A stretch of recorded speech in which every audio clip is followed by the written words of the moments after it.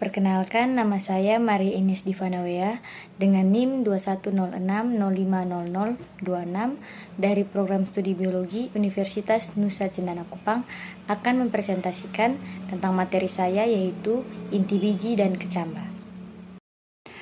Dalam presentasi kali ini ada 4 pokok bahasan yang akan saya bahas. Yang pertama adalah inti biji, yang kedua lembaga, yang ketiga putih lembaga, dan yang keempat kecambah.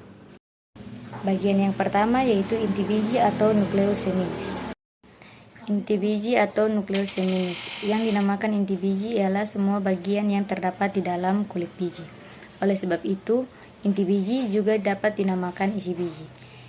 Inti biji terdiri atas yang pertama lembaga atau embrio yang merupakan calon individu baru. Yang kedua putih lembaga atau albumen, jaringan berisi cadangan makanan untuk masa permulaan kehidupan tumbuhan baru atau kecambah sebelum dapat mencari makanannya sendiri. Bagian yang kedua, lembaga atau embrio. Lembaga atau embrio. Lembaga adalah calon tumbuhan baru yang nantinya akan tumbuh menjadi tumbuhan baru setelah biji memperoleh syarat-syarat yang diperlukan.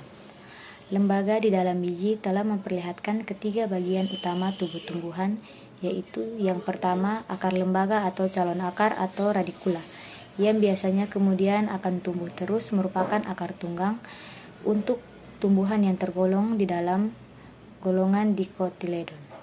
Akar lembaga ini ujungnya menghadap ke arah liang biji dan pada perkecambahan biji akar itu akan tumbuh menembus kulit biji dan keluar melalui liang tadi.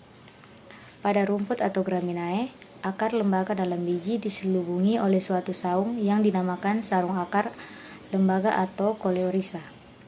Pada perkecambahan biji, rumput sarung calon akar itu juga akan tertembus dan sisanya akan tinggal sebagai badan yang melingkar pada pangkal akar. Yang kedua, daun lembaga atau cotyledo, yang merupakan daun pertama suatu tumbuhan.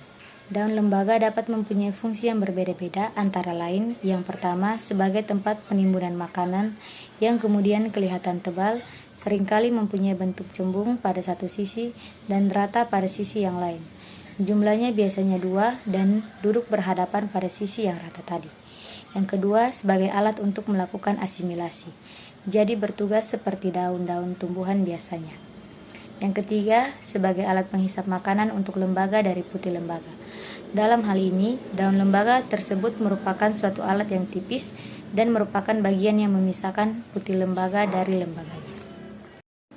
Yang ketiga, batang lembaga atau cauliculus, yang seringkali dapat dibedakan dalam 2 bagian, yaitu yang pertama, ruas batang di atas daun lembaga atau daun lembaga atau internodium epicotylum.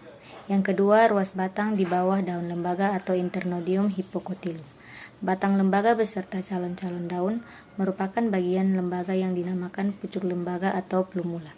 Calon-calon daun itu ada yang sudah jelas, ada pula yang belum, sehingga yang dinamakan plumula seringkali hanya berupa titik tumbuh batang lembaga saja. Jika akar lembaga pada rumput mempunyai suatu selubung, maka pada biji tumbuhan tersebut pucuk lembaganya pun mempunyai suatu selubung yang disebut sarung pucuk lembaga atau coleophyllum.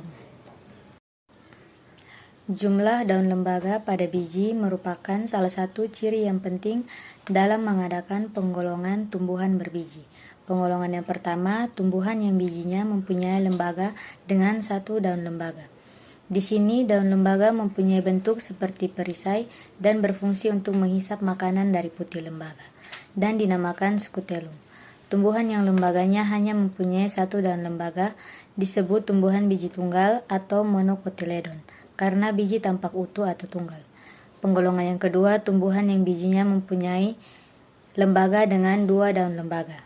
Biji ini jelas kelihatan terdiri atas 2 belahan atau 2 keping. Oleh sebab itu, tumbuhan dengan biji yang bersifat demikian merupakan suatu golongan yang lain lagi yang dinamakan tumbuhan biji belah atau dicotyledone.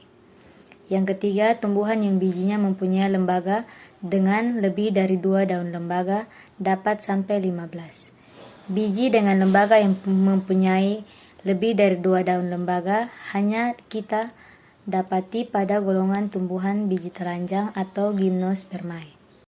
Berikut merupakan contoh gambar dari tumbuhan yang mempunyai biji tunggal atau monokotiledon. Contohnya di sini ada kacang, dan berikut merupakan gambar dari biji kacang dengan bagian-bagiannya. Yang pertama ada kulit biji, yang kedua ada plumula, yang ketiga ada radicula, yang keempat ada epikotil, yang kelima ada hipokotil, dan yang terakhir ada kotiledon. Yang kedua, contoh dari tumbuhan yang bijinya berkeping dua atau dikotiledon, yaitu jagung, dengan gambar dari bagian-bagian bijinya. Yang pertama ada jaringan buah kulit biji, yang kedua ada kotiledon, yang ketiga ada koleoptil, yang keempat ada plumula, ada endosperm, ada epikotil, ada koleorisa, dan radicula. Bagian yang ketiga, putih lembaga atau albumen. Putih lembaga atau albumen adalah bagian biji yang terdiri atas suatu jaringan yang menjadi tempat cadangan makanan bagi lembaga. Tidak setiap biji mempunyai putih lembaga. Seperti misalnya pada biji tumbuhan berbuah polong, cadangan makanan tidak tersimpan dalam putih lembaga, melainkan dalam daun lembaga. Oleh sebab itu, daun lembaganya menjadi tebal. Melihat asalnya jaringan yang menjadi tempat penimbunan zat makanan cadangan tadi, kita dapat membedakan putih lembaga dalam. Yang pertama, putih lembaga dalam atau endospermium. Jika jaringan penimbun makanan itu terdiri atas sel-sel yang berasal dari inti kandung lembaga sekunder yang kemudian setelah dibuahi oleh salah satu inti sperma lalu membelah-belah menjadi jaringan penimbun makanan ini. Melihat asalnya putih lembaga dalam ini, maka biji dengan bagian ini hanya dapat ditemukan pada tumbuhan biji tertutup atau Angiospermae. Yang kedua, putih lembaga luar atau perispermium. Jika bagian ini berasal dari bagian biji di luar kandungan lembaga, entah dari nucellus, entah dari selaput bakal biji. Biji yang untuk sebagian besar terdiri atas putih lembaga dalam, misalnya biji jagung atau siamais L, dan biji rumput atau Gramineae umumnya. Sedang biji yang untuk sebagian besar hanya terdiri atas putih lembaga luar ialah pada biji lada atau Pipernigrum L. Ada pula biji yang cadangan makanannya tersimpan baik dalam putih lembaga luar maupun putih lembaga dalam. Jadi kedua-duanya ada pada biji tadi, seperti misalnya pada biji pala. Berikut merupakan gambar-gambar dari contoh-contoh biji tadi. Yang pertama ada biji jagung, dapat dilihat pada gambar. Yang kedua ada biji rumput, yang ketiga ada biji lada, dan yang terakhir ada biji pala.